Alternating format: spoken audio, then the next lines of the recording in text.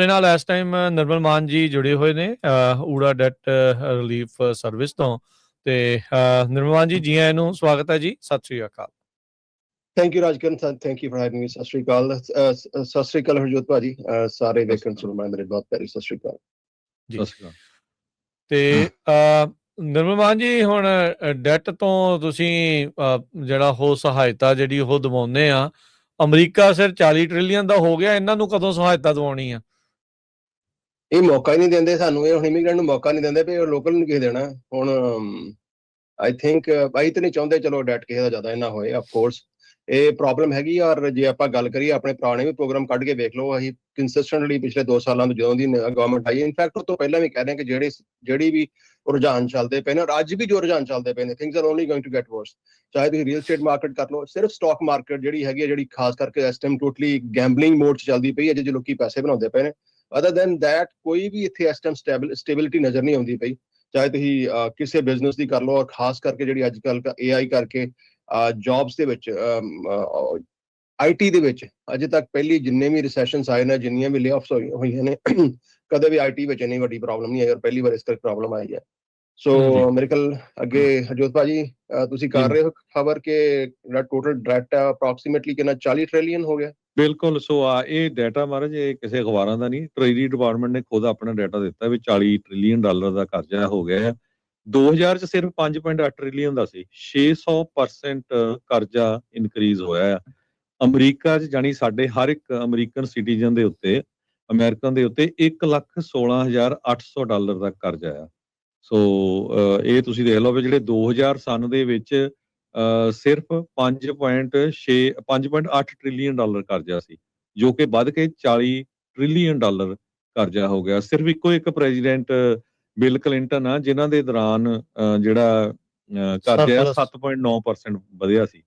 ਬਾਕੀ ਸਾਰੇ ਬੁਸ਼ ਨੂੰ ਲੈ ਲਓ, ਸੀਨੀਅਰ ਬੁਸ਼ ਨੂੰ ਲੈ ਲਓ 39%, 32%, ਓਬਾਮੇ ਦੇ ਟਾਈਮ ਦੇ ਉੱਤੇ 54.6%, ਪਹਿਲੀ ਟਰਮ 'ਚ, ਦੂਜੀ ਟਰਮ 'ਚ ਉਹਨਾਂ ਦਾ 21.4%, ਟਰੰਪ ਹੋਣਾ ਦੀ ਪਹਿਲੀ ਟਰਮ 'ਚ 39.1% ਤੇ ਬਾਈਡਨ ਹੋਣਾ ਦੇ 30.5% ਤੇ ਹੋਣ ਵਾਲੀ ਟਰਮ 'ਚ ਆ ਸਾਲ ਦੇ ਵਿੱਚ 10.6% ਕਰਜ਼ਾ ਜਿਹੜਾ ਵਧਿਆ ਹੈਗਾ। ਸੋ ਅਮਰੀਕਾ ਬਹੁਤ ਵੱਡਾ ਕਰਜ਼ਾਈ ਆ, ਕੱਲਾ ਅਮਰੀਕਾ ਨਹੀਂ, ਆਪਾਂ ਸਾਰੇ ਹੀ ਕਰਜ਼ਾਈ ਬਣੇ ਪਏ ਹੈਗੇ ਆ। ਅੱਛਾ, ਇਹ ਤੇ ਨੈਸ਼ਨਲ ਜੀ ਸੋ ਦੇਖੋ, ਇਹ ਤਾਂ ਤੁਸੀਂ ਜਿਹੜੀ ਗੱਲ ਕੀਤੀ ਹੈ ਸਿਰਫ ਨੈਸ਼ਨਲ ਡੈਟ ਦੀ, ਪਰ ਇੰਡੀਵਿਜੂਅਲ ਡੈਟ ਜਿਹੜਾ ਆਪਣਾ ਜੇ ਸਿਰਫ ਕ੍ਰੈਡਿਟ ਕਾਰਡ ਦਾ ਡੈਟ ਕਰ ਲਈਏ, ਉਹ ਵੀ ਕਲੂਮਿੰਗ ਅਰਾਊਂਡ $1.3 ਟ੍ਰਿਲੀਅਨ ਡੈਟ ਜਿਹੜਾ ਅੱਜ ਤੱਕ ਇੰਨਾ ਹੋਇਆ ਨਹੀਂ। ਔਰ ਜੇ ਆਪਾਂ ਕ੍ਰੈਡਿਟ ਕਾਰਡ ਦੇ ਕਰਜ਼ੇ ਦੀ ਗੱਲ ਕਰਦੇ ਹਾਂ, ਸ਼ੁਰੂਆਤ ਹੀ ਉਹਦੀ minimum the best case scenario ਜੇ ਤੁਹਾਡਾ 850 score and you are doctor, ਤਾਂ ਵੀ ਤੁਹਾਡਾ 21% ਤੋਂ ਸ਼ੁਰੂ ਹੁੰਦਾ ਅੱਜ ਦੀ ਡੇਟ ਦੇ ਵਿੱਚ ਵੀ। ਸੋ ਉਹ ਜਿਹੜਾ ਕਰਜ਼ਾ ਹੈ, ਉਹ ਤੇ ਜਿੱਦਾਂ ਦਾ ਆਪਣੇ ਬੈਕ ਹੋਮ ਆੜਤੀਆਂ ਦਾ ਵਿਆਜ ਹੁੰਦਾ ਸੀ ਨਾ, ਰੁਪਈਏ ਨੂੰ 100 ਨੂੰ ਸੈਂਕੜੇ ਪਿੱਛੇ 2 ਰੁਪਈਏ, ਆਲਮੋਸਟ 24% ਬਣ ਜਾਂਦਾ ਸੀ।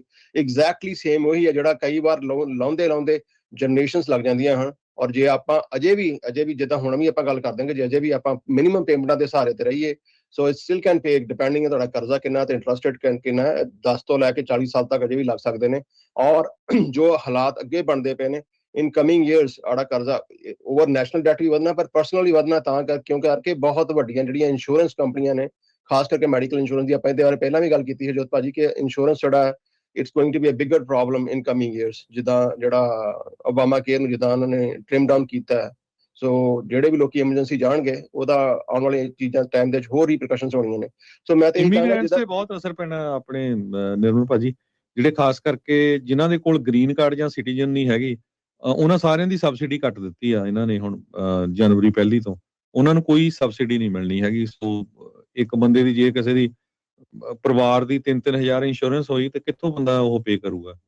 ਇੰਸ਼ੋਰੈਂਸ ਨਹੀਂ ਲਊਗਾ, ਫਿਰ ਉਹਦਾ ਮਤਲਬ ਇਹੀ ਆ। ਤੇ ਉਹ ਇਵੈਂਚੁਅਲੀ ਬਾਅਦ ਸਿਸਟਮ ਤੇ ਭਾਰ ਪੈਣਾ ਜਦੋਂ ਕਿਤੇ ਐਮਰਜੈਂਸੀ ਪੈਣੀ ਆ ਜੀ। ਸੋ ਜੇ ਬੈਂਕਰਪਸੀਆਂ ਦੀ ਗੱਲ ਕਰਦੇ ਜੇ ਨਿਰਮਲ ਜੀ, ਤੇ ਕਹਿੰਦੇ ਵੀ 5 ਲੱਖ ਲੋਕਾਂ ਨੇ 2025 ਚ ਬੈਂਕਰਪਸੀ ਫਾਈਲ ਕੀਤੀ ਆ। ਇਹ 50% ਜ਼ਿਆਦੇ ਆ ਸਨ 2022 ਨਾਲੋਂ, ਤੇ 12% ਆਲਰੇਡੀ ਜੰਪ ਹੋ ਗਿਆ 2026 ਚ। ਸੋ ਇਹਦਾ ਮਤਲਬ ਬੈਂਕਰਪਸੀ ਲੋਕ ਬਹੁਤ ਜ਼ਿਆਦਾ ਫਾਈਲ ਕਰ ਰਹੇ ਹਨ। ਉਹ ਵੀ ਭਾਜੀ ਬੈਂਕਰਪਸੀ ਵੀ ਉਹੀ ਕਰ ਸਕਦਾ ਜਿਹੜਾ ਕੁਆਲੀਫਾਈ ਕਰਦਾ, ਕਿਉਂਕਿ ਜਦੋਂ ਬੁਸ਼ ਜੂਨੀਅਰ ਆਇਆ ਸੀ, ਜਾਰਜ W ਬੁਸ਼, ਉਹਨੇ ਬੈਂਕਰਪਸੀ ਨੂੰ ਇੰਨਾ ਕੁ ਮੁਸ਼ਕਲ ਕਰ ਦਿੱਤਾ ਸੀ। ਔਰ ਡਿਪੈਂਡਿੰਗ ਔਨ ਤੁਸੀਂ ਕਿਹੜੀ ਬੈਂਕਰਪਸੀ ਕਰਦੇ ਹੋ, ਚੈਪਟਰ 7, 11 ਜਾਂ 13, ਪਹਿਲੀ ਗੱਲ ਤਾਂ ਤੁਹਾਡਾ ਕੁਆਲੀਫਿਕੇਸ਼ਨ ਹੁੰਦੀ ਹੈ ਕਿ ਨਹੀਂ ਹੁੰਦੀ, ਦੈਟਸ ਅ ਬਿਗਰ ਇਸ਼ੂ। ਕਿਉਂਕਿ ਤੁਹਾਡੀ ਜਿਹੜੀ ਕੁਆਲੀਫਿਕੇਸ਼ਨ ਹੈ ਬੈਂਕਰਪਸੀ, ਤੁਹਾਡੀ ਟੋਟਲ ਫਾਈਨੈਂਸ਼ੀਅਲ ਹਾਲਤ ਔਰ ਕਿਹੜੇ ਤੁਸੀਂ ਕਾਊਂਟੀ 'ਚ ਕਿੱਥੇ ਰਹਿੰਦੇ ਹੋ, ਓਵਰਆਲ ਕੀ ਉਹਦਾ ਸਟੇਟਸ ਹੈ। ਪਲੱਸ ਜੇ ਤੁਸੀਂ ਚੈਪਟਰ 7 ਕਰਦੇ ਹੋ ਤੁਹਾਨੂੰ ਸਾਰਾ ਕੁਝ ਲਿਕੁਇਡੇਟ ਕਰਨਾ ਪੈਂਦਾ, ਚਾਹੇ ਪਰਸਨਲ ਹੈ ਚਾਹੇ ਬਿਜ਼ਨਸ ਹੈ। ਤੇ ਮੈਂ ਤੇ ਇਹੀ ਕਹਾਂਗਾ ਕਿ ਜਿਹੜਾ ਜੇ ਦੂਜੀ ਚੈਪਟਰ 13 ਵੀ ਕਰਦੇ ਹੋ ਜਿਹਦੇ 'ਚ ਤੁਹਾਨੂੰ ਸਾਰਾ ਕੁਝ ਫੇਰ ਆਪਣਾ ਪੇਮੈਂਟ ਪਲਾਨ ਕਰਨ ਦਾ, ਡੈਟ ਰੀਸਟਰਕਚਰ ਕਰਨਾ ਪੈਂਦਾ, ਸੋ ਬੈਂਕਰਪਸੀ ਵੀ ਹੋ ਜਾਂਦੀ ਹੈ, ਉਹਦੇ ਬਾਅਦ ਤੁਹਾਨੂੰ ਪੇਮੈਂਟ ਵੀ ਪੇ ਕਰਨੀ ਪੈਂਦੀ ਹੈ। ਵੇਅਰ ਇਨ ਦਿਸ ਸਿਨੈਰੀਓ ਜਿਹੜਾ ਆਪਾਂ ਆਪਸ਼ਨ ਦਿੰਦੇ ਪਏ ਹਾਂ, ਕਿਉਂਕਿ ਅਜੇ ਤੇ ਸਿਰਫ ਪ੍ਰੈਜ਼ੀਡੈਂਟ ਟਰੰਪ ਦੇ 2 ਸਾਲ ਵੀ ਪੂਰੇ ਨਹੀਂ ਹੋਏ ਤੇ ਅਜੇ ਤੇ 2 ਸਾਲ ਤੋਂ ਬਾਅਦ ਹੋਰ ਪਏ ਨੇ। ਤੇ ਉਹ ਜਿਹੜੀ ਜਿੱਦਾਂ ਦੀ ਸਪੈਂਡਿੰਗ ਹੁੰਦੀ ਪਈ ਆ ਅਜੇ, ਜਿਹੜਾ ਅਗਲੇ ਸਾਲ ਤੋਂ ਅਗਲੇ ਆਉਣ ਵਾਲੇ ਸਾਲਾਂ ਤੋਂ ਜਿਹੜਾ ਬਿਗ ਬਿਊਟੀਫੁਲ ਉਹਨੇ ਕਿਕ ਇਨ ਕਰਨਾ ਹੈ, ਉਹਨੇ ਹੋਰ ਜਿਹੜੀਆਂ ਕਟੌਤੀਆਂ ਕਰਨੀਆਂ ਨੇ, this is only going to get worse. ਤਾਂ ਮੈਂ ਇਹ ਨਹੀਂ ਕਹਿੰਦਾ ਕਿ ਬਿਲਕੁਲ ਸਾਡੀ ਖਾਸ ਕਰਕੇ ਇਮੀਗ੍ਰੈਂਟ ਦੀ ਔਰ ਖਾਸ ਕਰ ਸਾਡੇ ਭਾਈਚਾਰੇ ਦੀ ਹੁੰਦੀ ਹੈ ਕਿ ਉਦੋਂ ਅਸੀਂ ਐਕਟ ਕਰਨੇ ਜਦੋਂ ਗੱਲ ਬਿਲਕੁਲ ਸਿਰ ਤੇ ਆ ਜਾਂਦੀ ਹੈ ਕਿ ਭਾਜੀ ਹੁਣੇ ਅੱਧੇ ਘੰਟੇ ਜਿਹੜਾ ਸੈਟਲ ਕਰੋ ਸਾਡਾ ਜੀ, ਹੁਣੇ 15 ਮਿੰਟਾਂ ਦੇ ਵਿੱਚ ਕ੍ਰੈਡਿਟ ਰਿਪੇਅਰ ਕਰੋ। ਉਹ ਇਸ਼ੂਜ਼ ਹੁੰਦੇ ਨੇ। ਆਪਾਂ ਥੋੜਾ ਜਿਹਾ ਪਹਿਲਾਂ ਸੁਹਿਰਦ ਹੋ ਕੇ, ਕਿਉਂਕਿ ਇਹ ਕਰਜ਼ਾ ਤੁਹਾਡਾ ਰਾਤੋਂ ਰਾਤ ਚੜ੍ਹਦਾ ਨਹੀਂ ਤੇ ਰਾਤੋਂ ਰਾਤ ਲੱਥਣਾ ਵੀ ਨਹੀਂ, ਇਟ ਟੇਕਸ ਟਾਈਮ। ਬਟ ਸੋ ਜੇ ਤੁਸੀਂ ਆਪਣੀਆਂ ਮਿਨੀਮਮ ਪੇਮੈਂਟ ਅਫੋਰਡ ਕਰ ਸਕਦੇ 2% ਵਿਦਿਨ ਨੈਕਸਟ 2 to 4 years ਤੁਹਾਡਾ ਸਾਰਾ ਕਰਜ਼ਾ, ਜਿੰਨੀ ਤੁਸੀਂ ਪੇਮੈਂਟ ਹੁਣ ਅਫੋਰਡ ਕਰਦੇ ਉਨੀ ਕੀ ਪੇਮੈਂਟ 'ਚ ਤੁਸੀਂ ਆਪਣਾ ਕਰਜ਼ਾ ਲਾ ਸਕਦੇ ਹੋ। And once you done within 6 months to a year ਤੁਹਾਡਾ ਜਿਹੜਾ ਸਕੋਰ ਅੱਜ ਹੈਗਾ ਉਹਨਾਂ ਜਾਂ ਉਹ ਤੋਂ ਬੈਟਰ ਹੋ ਜਾਂਦਾ। So it is nothing to worry about, because ਆਪਾਂ ਇੱਕ ਵੀ ਪੈਨੀ ਅਪਫਰੰਟ ਚਾਰਜ ਨਹੀਂ ਕਰਦੇ। ਐਂਡ ਜਿੰਨਾ ਵੀ ਤੁਹਾਡਾ ਕਰਜ਼ਾ ਮਾਫ ਹੁੰਦਾ ਜੀ 10 ਕਾਰਡ ਨੇ, ਜਦੋਂ ਜਦੋਂ ਹੋਏਗਾ ਉਦੋਂ ਤੋਂ ਤੁਸੀਂ ਪੇ ਕਰੋਗੇ। And after paying all this stuff still you can save, ਅੱਧੇ ਤੋਂ ਬਾਅਦ ਤੁਸੀਂ ਪੈਸੇ ਬਚਾ ਸਕਦੇ ਹੋ। ਜੀ ਨੰਬਰ ਸ਼ੇਅਰ ਕਰ ਲਿਓ ਜੀ। ਜੀ ਨੰਬਰ ਹੈ ਸਾਡਾ 888 9914 888-888-9914 ਤੇ ਵੈਬਸਾਈਟ ਹੈ ora.org, OORAA.org। ਅੱਛਾ, ਇੱਕ ਕੁਐਸਚਨ ਮੈਨੂੰ ਲੱਗਦਾ ਬਹੁਤ ਸਾਰੇ ਲੋਕਾਂ ਦਾ ਹੋਣਾ, ਅਮਰੀਕਾ $40 ਟ੍ਰਿਲੀਅਨ ਕਰਜ਼ਾ ਲੈਂਦਾ ਕਿੱਥੋਂ ਆ ਤੇ ਦੇਣਾ ਕਿਹਨੂੰ ਆ? ਇਹ ਤੇ ਆਪਾਂ ਜਿਹੜਾ ਪ੍ਰੋਗਰਾਮ ਕਰਦੇ ਹੁੰਦੇ ਆ ਨਾ, ਲੈਟਸ ਆਈ ਥਿੰਕ ਡਿਟੇਲ 'ਚ ਗੱਲ ਕਰਨ ਵਾਲੀ ਹੈ। This is very good question. ਹਾਂ, ਇਹਦੇ 'ਚ ਆਪਾਂ ਕਿੱਥੋਂ ਲੈਂਦੇ ਨੇ, ਕਿਹੜੀ ਕੰਟਰੀਜ਼ ਦਾ ਕਿੰਨਾ ਬੌਂਡ ਹੈ, ਕਿਹੜਾ ਆਪਣੇ ਕੋਲੋਂ ਬੋਰੋ ਕਰਦੇ ਨੇ, ਕਿਹੜੇ ਬਾਹਰੋਂ ਕੰਟਰੀਜ਼ ਬੋਰੋ ਕਰਦੇ ਨੇ, ਕਿੰਨਾ ਉਹਦਾ ਵਿਆਜ ਹੁੰਦਾ।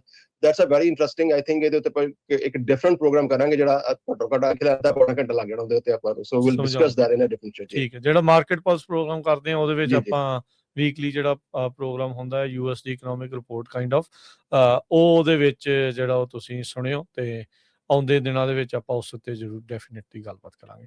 ਧੰਨਵਾਦ ਨਿਰਮਲ ਮਾਨ ਜੀ ਅੱਜ ਦੇ ਗੱਲਬਾਤ ਦੇ ਲਈ, ਸ਼ੁਕਰੀਆ ਜੀ। Thank you very much. ਸਤਿ ਸ਼੍ਰੀ ਅਕਾਲ ਜੀ।